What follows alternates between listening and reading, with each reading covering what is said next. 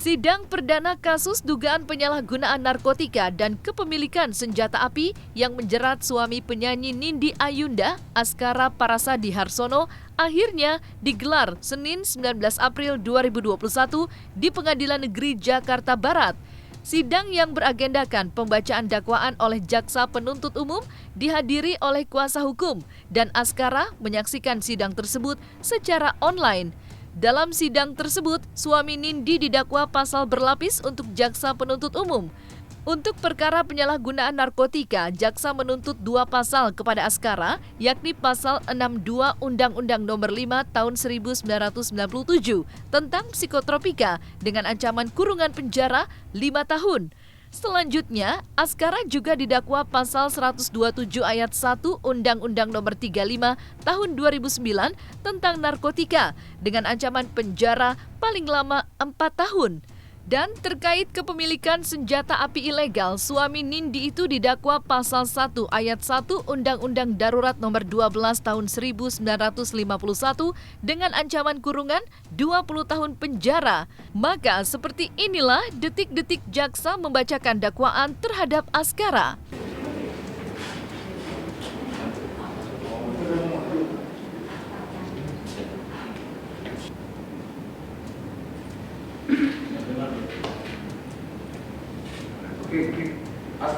Terdakwa kebenaran nggak yang disampaikan majelis hakim? Askara hari Kamis tanggal 7 Januari tahun 2021 kita putuskan semua berat sehingga pada waktu lain masih dalam bulan Januari 2021 terdapat di Jalan Karyawan nomor 12 Kelurahan Pondok Pinang Kecamatan Pinang Pertama Jakarta Selatan atas tindakan berdasarkan ketentuan pasal 82 ayat 2 kita Undang-Undang Hukum Acara Pidana dan Negeri Jakarta Barat berwenang mengesahkan mengadili perkara ini karena tempat kejadian sebagai besar saksi memberikan dan kemarin kalau satu gram misalnya adalah benar mengandung nitrazepam bagaimana pada ketentuan nomor 5 peraturan menteri kesehatan dan di dalam peraturan nomor 5 tahun 97 tentang psikotropika bahwa dalam hal yang memiliki atau membawa psikotropika terawat yang memiliki izin dari pihak yang berwenang serta tidak ada kaitan dengan kepentingan terdakwa.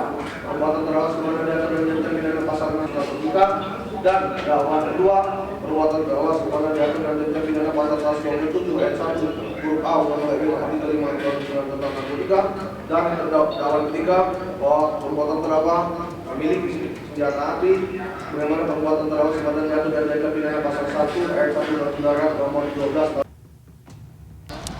kumulatif antara undang-undang psikotropika, narkotika sama senjata api gitu aja. Hukumannya kan macam-macam. Psikotropika beda, narkotika beda, senjata api kan beda. Kalau kalau misalnya psikotropika maksimal kan 12, kalau misalnya senjata api kan 20. Hari ini sidang pertama untuk Mas Askara, agendanya seperti yang teman-teman sudah saksikan sendiri adalah pembacaan dakwaan. Kemudian yang kedua, saya minta doa untuk Askara, semoga proses ini bisa cepat selesai dan hasilnya yang terbaik buat Askara. Itu aja.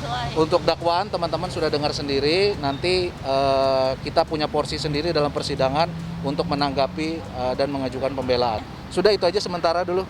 Nanti kita ikuti aja jalannya persidangan nanti ya. Selain kasus narkotika dan kepemilikan senjata api, Askara pun seakan menuai masalah lain akibat perbuatannya. Mulai dari kasus dugaan kekerasan dalam rumah tangga yang dilaporkan sang istri Nindi ke Polres Jakarta Selatan hingga kasus perceraian tengah menanti Askara. Dan Rabu 7 April kemarin, sidang lanjutan perceraian Nindi dan Askara telah digelar di Pengadilan Agama Jakarta Selatan. Ibunda Nindi dihadirkan sebagai saksi bersama asisten rumah tangga dan supir Nindi karena dianggap mengetahui secara jelas tentang apa yang terjadi dalam rumah tangga Nindi dan Askara. Untuk kasus KDRT sendiri sekarang berkas untuk tahap awal sudah dikirim ke Kejaksaan Negeri Jakarta Selatan. Tepatnya kapan tuh Bang? Kemarin ya baru dikirim ke Kejaksaan. Belum, masih pengiriman berkas awal. Berarti masih tahap 1 ya Bang? Iya. Berarti masih ada kemungkinan untuk direvisi ya Bang? Betul, masih ada kemungkinan ada P19 lah. Ya terkait masalah ya mungkin ya kekerasan dalam rumah tangga ya yang dialami oleh Mbak Nindi ya. Bagaimana perlakuan Pak Askara sampai ibunya Nindi juga bercerita selama 9 tahun dia mempertahankan untuk supaya tidak ada perceraian. Ya akhirnya klimaksnya ya Desember 2020 sehingga inilah tergugat adanya gugatan perceraian di pengadilan agama. Secara langsung ibunya Mbak Nindi nggak ngelihat, cuma pada saat pertama tahun 2018 ibunya Nindi bersama ayahnya Nindi kebetulan datang ke rumah mereka. Ya di situ kebetulan sekali ada pertengkaran yang dimana melihat bahwa bagaimana Pak Askara seperti ya kurang kayak nggak sadar gitu ya, kurang menghargai, kurang menghormati ada orang tua di rumah mereka pada saat itu tindakan kekerasan dalam rumah tangga. Jadi Ibu Nindi menceritakan, Ibu Nindi menceritakan bahwa bagaimana sih mempertahankan dan kadang-kadang Mbak Nindi itu nggak mau cerita. Tapi akhirnya terbongkar lah pada saat Mbak Nindi ke rumah orang tuanya dengan kondisi yang sudah memar, akhirnya dengan nangis. Ya itu kan namanya juga seorang orang tua kan pasti kan ikut juga merasakan bagaimana yang dirasakan anak. Ya ada kekerasan fisik, ada KDRT-nya itu, makanya itu kita tampilkan juga fotonya, visumnya ada. Makanya dibuatlah laporan di Polres Jakarta Selatan. Karena kekerasan dalam rumah tangga dan itu pun juga arahan daripada orang tua Ibu Mbak Nindi. Tadi juga disampaikan di dalam persidangan oleh orang tua Ibu Nindi. Di sisi lain, Nindi pun kabarnya sudah tak lagi berkomunikasi dengan Askara dan keluarganya. Sekian tahun memendam bara konflik dalam rumah tangganya akibat perlakuan keras Askara hingga dugaan perselingkuhan suaminya yang menodai kesucian rumah tangganya, Nindi akhirnya mengambil sebuah keputusan besar untuk mengakhiri semuanya dengan jalan berpisah. Ia berharap dengan jalan perpisahan, ia pun bisa menata kembali hatinya dan melanjutkan kehidupannya bersama buah hatinya.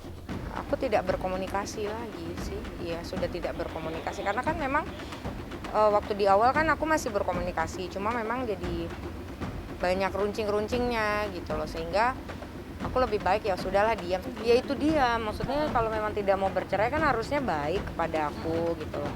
Ini enggak mau cerai, tapi mungkin Askanya nggak mau cerai, tapi mungkin pihak keluarganya pengen cerai gitu. Mungkin aja kan seperti itu, karena kan Aska sendiri kan pasti tidak tahu apa yang terjadi terhadap yang dilakukan keluarganya kepada aku, versi yang sebenarnya gitu loh. Pasti kan versi dari pihak keluarganya yang disampai ke sana, karena kan komunikasi aku ditutup oleh keluarganya untuk Aska, tidak boleh berkomunikasi. Karena cinta, karena berpikiran mungkin masih muda, terus mungkin Aska nanti bisa berubah segala macam. Keluarga aku tahu itu dan akhirnya kita tetap menikah dan memang intensitasnya tidak sesering itu gitu loh. Maksudnya adalah melakukan kekasaran tapi masih light lah. Mungkin aku anggapnya ya sudahlah. Cuma memang setelah Aska ketahuan berselingkuh, otomatis kita kan semakin panas kan, tidak seperti dulu lagi gitu loh. Sehingga dari tahun 2018 itu sampai tahun 2020 kita sering bertengkar dan emosionalnya juga naik turun gitu. Sehingga aku pun juga lebih sering lah intinya mendapatkan perlakuan tersebut. Lihat gak sih kayak Nggak tahu. Jadi mama aku itu tidak tahu misalnya kalau kayak ribut-ribut. Tapi terkadang anak aku tuh suka kasih tahu yang laki-laki, andung, ibu dipukul gitu. Tapi kan aku misalnya ibuku datang kan, kenapa nih enggak ada apa-apa gitu. Jadi itu sudah tahu. Tapi puncaknya itu tanggal 18 Desember itu dan ibuku aja suruh berangkat untuk visum. Enggak, yang aku kuat sampai saat ini aku punya 2 buntut itu. Itu tanggung jawab aku, yang anak sih. Dan aku berharap aku bisa menata hati aku kembali karena memang nggak mudah dan orang-orang banyak yang nggak tahu sehingga aku harus menceritakan apa segala macam itu sulit.